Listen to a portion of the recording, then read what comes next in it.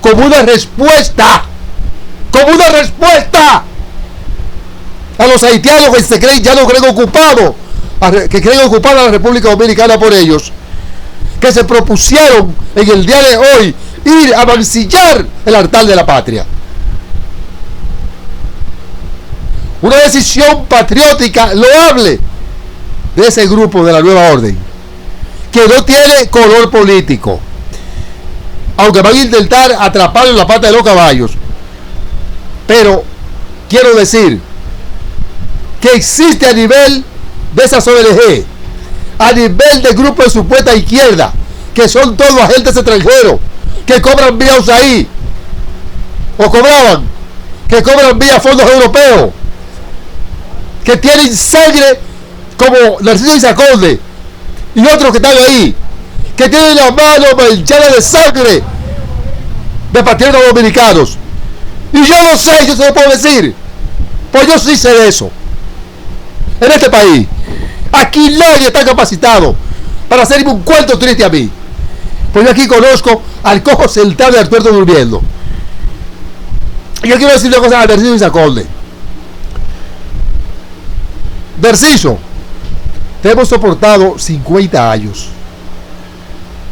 Tú has desbaratado demasiados hombres serios y has frustrado demasiados sueños a jóvenes acrisolados de esta patria.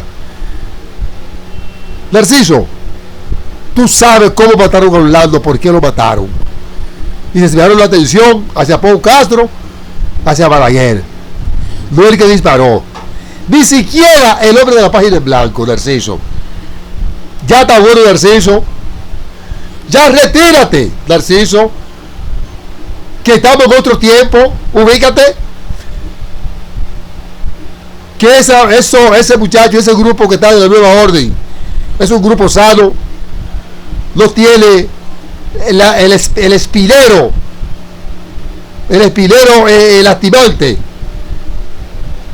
que tienen los grupos de la supuesta izquierda en República Dominicana. Una izquierda que nunca ha existido. Ustedes son defensores de la haitianización del país. Ustedes son enemigos de la independencia nacional y de la soberanía estatal. Ustedes hicieron esa marcha hoy para contrarrestar efectos a la contramarcha de la vieja orden en contra de los haitianos legales o ilegales que se propusieron mancillar el altar de la patria. No pudieron lograrlo porque hay resistencia en el pueblo dominicano, y esa resistencia va a crecer, de empresarios corruptos, de contratistas ladrones protegidos por el mismo gobierno de corruptos, que cogen los haitianos, los contratan para no contratar dominicanos, y muchos de ellos, después que lo contratan, le han hecho a decenas de haitianos o cientos de haitianos la jugada para desvirtuar el contenido, para desvirtuar el apoyo y para restarle importancia mediática a la marcha de la vieja orden. Y nos vemos en otro comentario, porque nos falta el tema en esa dirección de las ONG y cómo esos mismos gobiernos a lo que me estoy refiriendo, gente de ellos, de los líderes políticos, son los que están dirigiendo a las ONG que les sirven de instrumento al poder extranjero que está destruyendo Haití, que financia la banda de Haití, que apoyan los asesinatos que cometen en Haití, los robos, las violaciones de niños y de niñas en Haití, y están provocando entonces República Dominicana. Sabemos quiénes son, y nosotros como dominicanos vamos a defender esta patria a sangre y fuego. Muy buenas noches, queridos y amados seguidores de esta plataforma, lo de hoy RD. Estamos aquí con ustedes. Hay varios temas, hay muchos acontecimientos. Hay un tema que nosotros dejamos por las razones de tiempo de los videos. Dejamos para darle continuación, que tiene que ver con el asunto de orden económico y social que ha servido en parte en la República Dominicana para que los trabajos agrícolas, de construcción y otras horas de servicio, la labor de cuidar residenciales y demás, haya caído en manos de los haitianos. Y hablábamos precisamente del tema cambiario, la fluctuación cambiaria que se impuso en el 1982 bajo el gobierno de Jorge Blanco, que nos llevó a una crisis económica y social en la población, que mucha gente abandonó los trabajos porque no podían, era insostenible el hogar, la casa, como había pasado hasta ese momento, con un salario mínimo que una gente podía perfectamente tener 2 comidas por lo menos aseguradas al día, enviar a sus hijos a la escuela, y otras cosas que son imprescindibles para un ser humano vivir en un estado de civilización, no sobrando nada, pero faltando poco de lo imprescindible. Y concluíamos con lo que hizo Hipólito Mejía en la economía, que repitió la fórmula terapia de choque de Jorge Blanco, aunque en el tercer año de su gobierno. Jorge Blanco lo hizo desde el primero, comenzando, porque ese era un proyecto del Fondo Monetario Internacional con la economía dominicana para desarticular el valor del peso trujillista, porque en muchos casos se habló del peso trujillista, del peso Duarte, de ese peso, de esa moneda en papel que venía con la foto de Juan Pablo Duarte en el centro. Pero como yo le expliqué en el otro video, las cosas que se hacían con un peso, que ahora la moneda que tiene el valor de un peso, incluso hay negocios que lo que hacen es que la botan. La gente la tiene como una moneda sin valor. Y esa desvalorización de la moneda dominicana es el primero o segundo factor para que la República Dominicana cayese en la situación de que tantas actividades que antes realizaban dominicanos hayan caído en la mano de haitianos. En el gobierno de Hipólito Mejía le dieron al país la medicina de los bancos que quebraron. ¿Por qué tiene que ver esos bancos quebrados con la situación económica y financiera de hoy? O muy sencillo, el déficit de Banilter de 22.500 millones de pesos, que en ese momento hacía alrededor de 600 y tantos, 700.000 dólares. Fue un déficit que se cargó al Banco Central. Pero los bienes de Banilter, que cubrían más, o vamos a decir, daban para solventar el déficit que hizo su administración,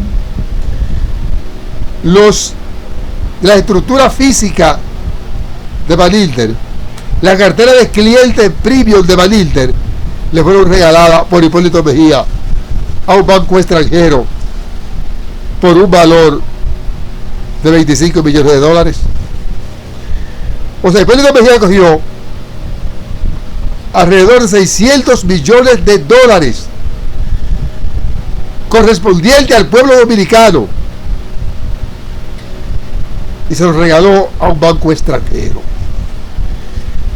¿Qué pasó entonces con el déficit cuasi fiscal que hizo Van Hilder, que pasó al Banco Central. Ese déficit se fue prolongando con el tiempo. Pasamos entonces porque hubo que hacer una ley de capitalización del Banco Central. Y si les digo a ustedes que estamos todavía pagando superlativamente ese déficit del presupuesto nacional, ustedes van a decir que es raro o que no se habla de eso, que es un tema intocable a nivel de medios de comunicación, pero es así. Pero Hipólito Mejía le dio la medicina a este pueblo de la ley 8701, porque supuestamente el país no podía desarrollarse sin una ley de esa naturaleza, porque no podía brindarse el servicio médico de calidad a la población, sobre todo a la clase trabajadora, la clase media, sin una ley de seguridad social, porque no podía capitalizarse en la nación a través de un sistema de ahorro para la pensión de los trabajadores sin una ley de seguridad social. Oiga bien, eso existía, pero no con las características que se hizo esa ley. ¿Qué ha pasado? ¿Para qué sirvieron los fondos de los trabajadores de la seguridad social? Para equilibrar, para aumentar el capital de los bancos dominicanos, que la mayoría estaba en el déficit. Y todavía se está peleando en ley la reforma de esa ley, porque es una ley que tiene mucho vacío en cuanto a asegurar el capital, las inversiones, las ganancias de ese capital, que no se sabe dónde van, porque ese dinero, parte de ese superávit de los bancos en República Dominicana, y que a ti te digan que en un momento de crisis económica como la que estamos viviendo, que la banca nacional obtiene ganancia en el año por arriba de los 100,000 millones de pesos, tú puedes decir, entonces, ¿por dónde anda? ¿Cómo anda la economía? Pero en esta ganancia están involucradas las ganancias que generan los fondos de la seguridad social. Pero por eso le dio otra medicina a este pueblo: la fluctuación de los precios de los combustibles semanal. Le dio otra medicina a este pueblo: el anticipo fiscal,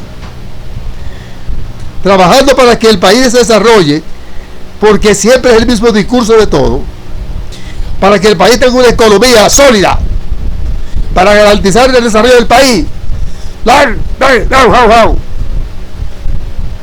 Anticipo fiscal para las empresas. En vez del gobierno buscar un mecanismo que le asegurara una mayor capitalización de las empresas, mayor capacidad de inversión, lo cual le permitiría al gobierno a fin de año obtener una mayor cantidad de dinero de impuestos, que el gobierno pudiera reclamarle a las empresas en base a que el gobierno le está ayudando en su capacidad de inversión, una ampliación de su plataforma de la empleomanía, y de exigirle inversión en área determinada para la sostenibilidad del país, como lo ambiental, por ejemplo. No. La política fue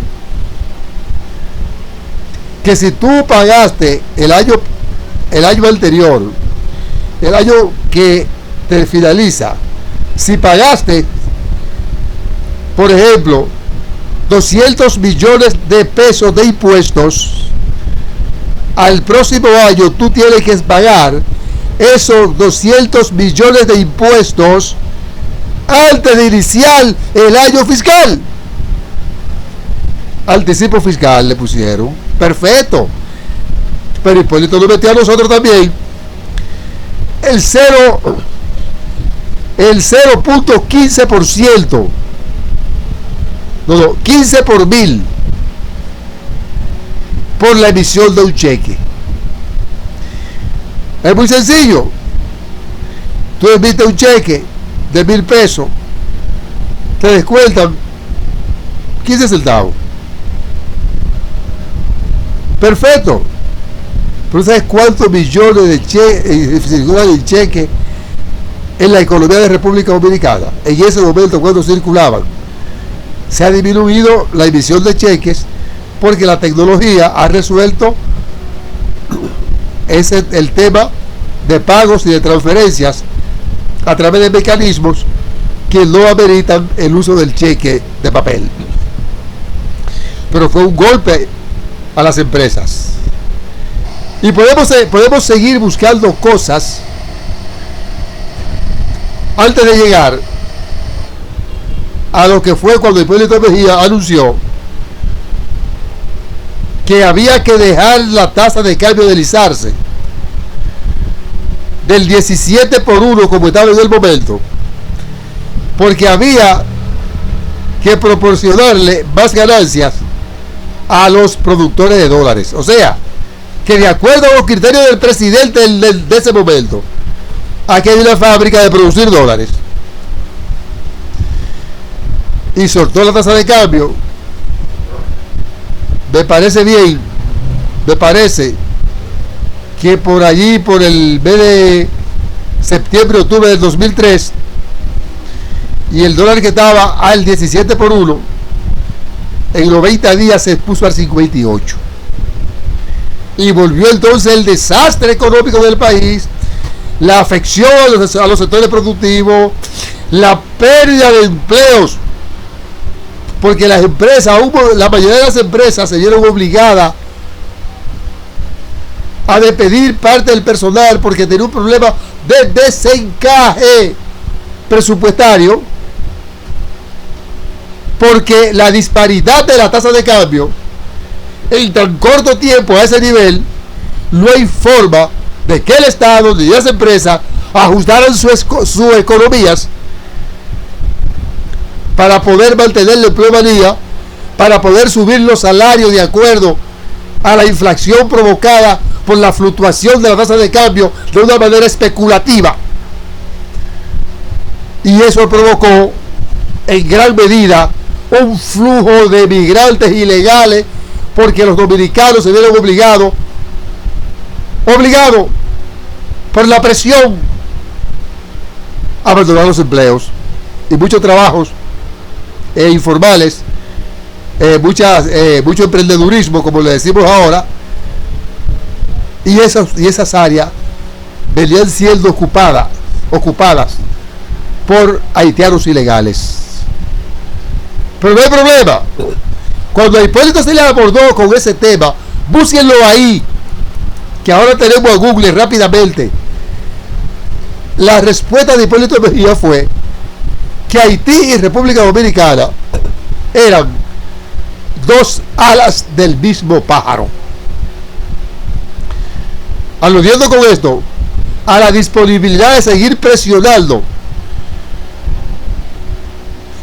la migración dominicana de los empleos para que fueran ocupadas por haitianos. Pero nada, Hipólito Mejía anda por ahí como un padre de la patria nueva, decidiendo sobre los asuntos del Estado, con medio gobierno o más que lo dirige él. Decide quién se nombra y quién no se nombra, y tiene a su hija Carolina preparándola para que venga a gobernarnos a nosotros a partir de 2028. Carolina, que le dijo una comisión en el 2012 formada por Rafael Castillo, Juan Vegaso y un servidor, que a ella no le interesaba a los políticos, ni hablaba con políticos, que lo estaba recibiendo nosotros porque se lo pidió de favor su tío Catano, un señor de apellido Catano, que en ese momento era administrador general del Central Romana. Nos recibió aún siendo mandada por Hipólito, le armamos el frente sindical a Hipólito Mejía, que no tenía en el 2012 para las elecciones.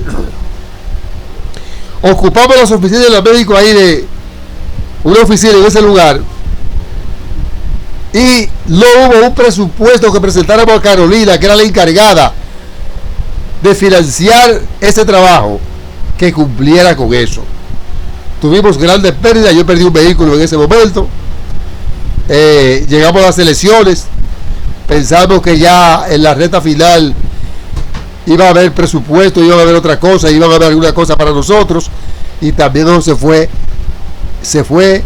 por el sumidero.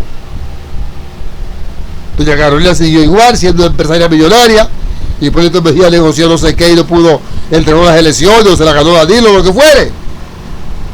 Pero esa es la Carolina que tenemos en el Distrito Nacional, con la capital llena de basura. Esta es la Carolina que se han producido dos eventos catastróficos, porque ella como alcaldesa no ha tenido la capacidad de mantener limpios los inbornales de una zona determinada de la capital, por lo cual el 2 de septiembre consecutivo tuvimos dos desgracias por la acumulación de desechos en los inbornales.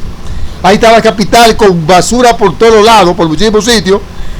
Ahí está el logotipo del Distrito Nacional, del Ayuntamiento.